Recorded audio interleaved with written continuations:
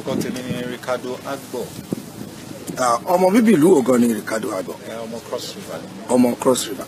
báwo ni Yorùbá ṣe wá dùn lẹ́nu yín tó báyìí? Èkó náà bí mi sí, so kò ń ṣèpọ̀ tó láti le fún mi láti ṣe. Èkó ni wọ́n bí yín sí. bàbá ní kàkà ní bíní méjì mẹ́ta mẹ́rin ó tó ọdún mélòó tẹ́ ti bẹ̀rẹ̀ iṣẹ́ tíátà yìí? Almost 30 years, yeah.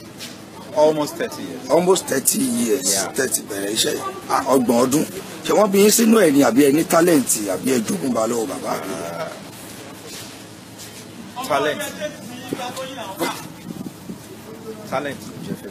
Talent ló jẹ́ fẹ́. Kódà àwọn àdójúkọ wo ni ẹ ti bá pàdé nínú iṣẹ́ yìí láàrin ìgbà tí ẹ ti bẹ̀rẹ̀? Bí challenges àwọn àdójúkọ. Yeah, àwọn challenges yẹn pọ̀ kò ń ṣe díẹ̀. Ẹ mọ̀ pé kí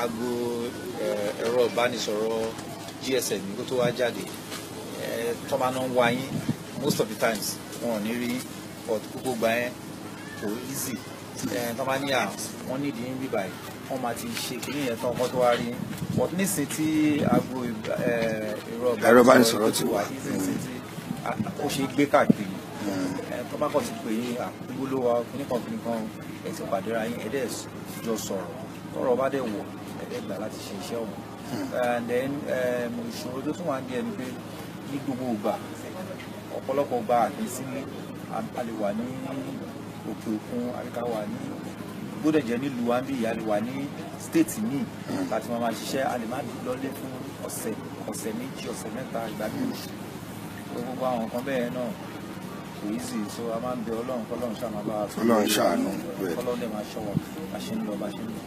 àwọn èèyàn mọ̀ yín pé eré òyìnbó ni ẹ fi bẹ̀rẹ̀ bó lè ṣe wá dé ti Yorùbá? bí ṣe sọ lákòókò náà Èkó mìíràn bí mi sí. Èkó náà bí yín sí. so bá ṣe ń dàgbà gbogbo yẹn ọ̀tà tó kọ́ ni ó wá pòdúsà kan Kọ́ládé Àlàbí ó wá sí Sùúrùlérè lóṣogbo ó máa ń wà lẹ́kọ̀ọ́ so ó ṣàwá sí ọ̀dọ̀ House of Mapo ní Sùúrùlérè ọmọ Sùúrùlérè ni so ìgbà tó máa wá síbẹ̀ ó rí èmi àti ẹni tó ní House of Mapo sí ní Ọpẹ́ Olúwa lórúkọ ẹ̀ ó rí tèmi àti ẹjọ́ ń ṣeré ó gbọ́ tí mo sọ Yorùbá wá ń bí pé ọ̀gbẹ́ni náà sọ Yorùbá kí nípa ọ̀gbọ́n English movie ló máa ń rí tó máa ń ṣe eré àwọn ní Gẹ̀ẹ́sì eré àwọn òyìnbó ló ń ṣe tí wọ́n á ń ṣe ti so ó ń gbọ́ Yorùbá àjọ ṣó lè bá mi bá sọ̀rọ̀ kó bá mi ṣe eré Yorùbá kí nípa ọ̀gbọ́n síbí ní ẹ bá sọ̀rọ̀ lọ́ra ẹ̀hún ṣàlùwà wájú àwọn olóyìnbó tó wọ́n máa ń pọ̀ gan wọn mọ ibi tó ń fẹ́ bá dùn síbí ṣàdùkọ́ abáyọ̀ nílẹ̀ bá ṣe bẹ̀rẹ̀ yẹn sọ akọ́ ṣe Òkòtó Ìfẹ́. Òkòtó Ìfẹ́. àti kọjá over 15 or 16 years ago. 16 years. fíìmù ogun lẹ́yìn gan kọ́kọ́ lẹ rò pé ó gbé yín jáde tó yẹ pé òun lẹ ṣe tó yẹ pé òun ló gbé Ricardo Agbo jáde báyìí. Faceless English movie ni òun ló gbé mi jáde Faceless yẹn kẹ̀dẹ̀ rí ìgbà tá a máa fi ṣe tán ẹni tó ní ó ṣàbẹ̀rẹ̀ ní àwọn difficulties láti rí marketer ògbà tó máa padà rí marketer àwọn yẹn sọ pé oye ìtàn ìbọ̀bọ̀ yìí nìkan kan bó ṣe play role ẹ̀ ìgbà kan àwọn kan so àtìgbà yẹn mo ṣàbẹ̀rẹ̀ sí ní gba ìpè láti bí ibẹ̀ wá bá ṣiṣẹ́ wá bá ṣe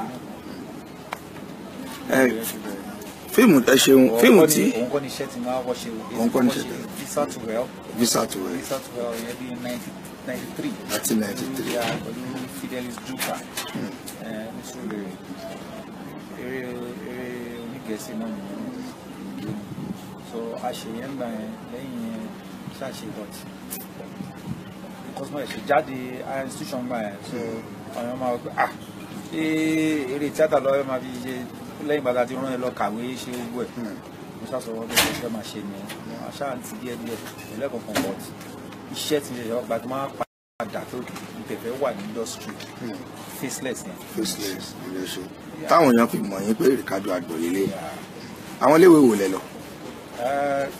Bishop Owens ní Sùúrùlérè of course mo lọ sí Ladilac Nursery and Primary School Àpápá nìyẹn wà Bishop Owens lẹ́yìn Bishop Owens mo lọ sí Stadium High School mo lọ sí Calabar ẹ̀ka mass communication.